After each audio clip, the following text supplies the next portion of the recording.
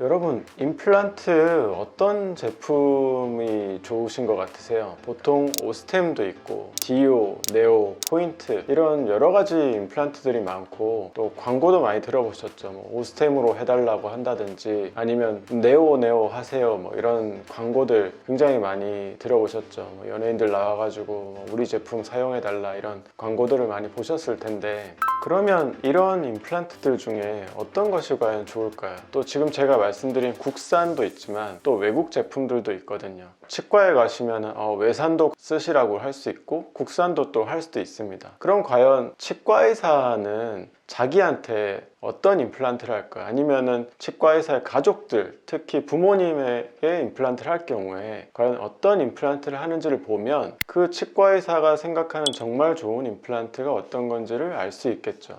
저는 아버지께 임플란트를 해드렸는데요. 저는 그럼 어떤 걸 사용했을까요? 국산을 했을까요? 아니면 제일 비싼 외제 임플란트를 했을까요? 솔직히 말씀드리면 저는 아버지에게 그냥 국산 임플란트를 심어드렸습니다. 그렇다고 지금 사용하시는데 문제가 되거나 불편한 것도 전혀 없으시죠. 사실 치과 의사들에게 어떤 임플란트가 좋냐고 물어보면 딱히 이거다라고 이야기하는 사람은 거의 없습니다. 오히려 수술을 잘하는 원장님한테 가서 받으라고 소개를 해줄 겁니다. 그 말은 무슨 이야기냐면 임플란트가 어떤 것이냐 보다는 수술을 잘하는 것이 더 중요하다라는 말이겠죠. 이미 임플란트 제품을 만드는 기술들은 회사마다 많이 발전을 해서 어느 정도 궤도 이상 올라와 있습니다. 임플란트하고 뼈가 붙는 확률, 전문 용어로는 골유착률이라고 하는데, 이 골유착 비율은 임플란트마다 거의 99% 이상을 넘긴다라고 저는 생각을 합니다. 따라서 임플란트의 성공과 실패를 결정짓는 요인 중에 임플란트 자체는 그렇게 크게 영향을 주지 않는다고 보시면 됩니다.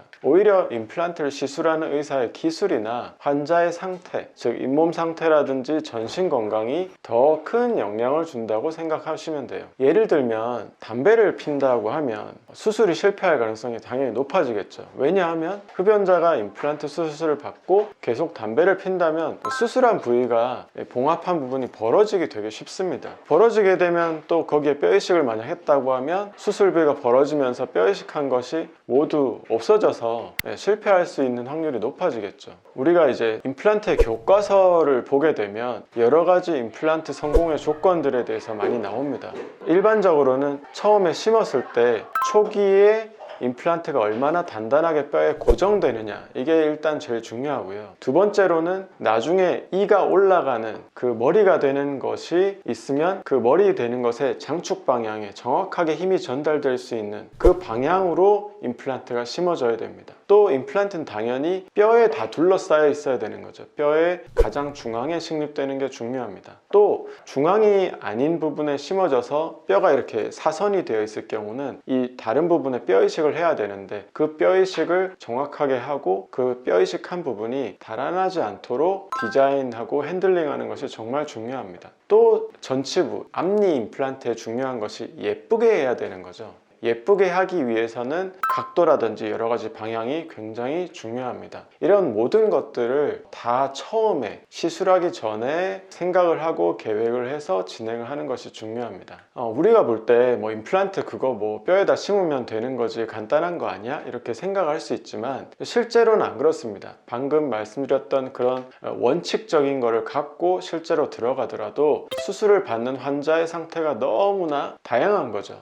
예를 들면 잇몸병이 심해서 잇몸이 녹아내려 가지고 임플란트 심을 곳이 폭탄 맞은 것처럼 뼈가 하나도 없는 사람들도 있습니다. 또 어떤 경우가 또 있냐면 이를 빼고 예를 들어서 30년 동안 틀니를 사용하다가 이제 틀니가 너무 불편하니까 임플란트를 하겠다고 오시는 분도 계십니다. 이렇게 되면 절대적으로 임플란트를 심을 수 있는 뼈가 부족하겠죠. 또 어떤 경우가 있냐면 골다공증이 있을 수 있습니다. 뼈가 푸석푸석해서 임플란트를 심어도 제 위치에 처음에 제가 초기 고정이 중요하다고 했는데 그 고정을 시키기 힘든 경우도 있습니다. 또 다른 고려사항으로는 환자가 가지고 있는 만성 질환들이 있겠죠. 또 복용하고 있는 약들도 많고요. 그러면 각각의 질환들이 임플란트 수술에 어떤 영향을 주는지도 처음에 체크를 해야 됩니다. 예를 들면 고혈압인 경우에 혈압이 너무 높으면 수술을 연기해야 될 수도 있고, 너무 높지는 않지만 그래도 혈압이 있다고 해서 진행을 하는 경우는 스트레스 조절을 해야 됩니다. 왜냐하면 시술 중에 환자가 스트레스를 받아서 혈압이 너무 높아지면 또 문제가 될 수도 있거든요. 또 필요하다면 스트레스를 줄이기 위해서 수면 진정하에, 수면 치료하에 임플란트를 하는 것도 필요합니다.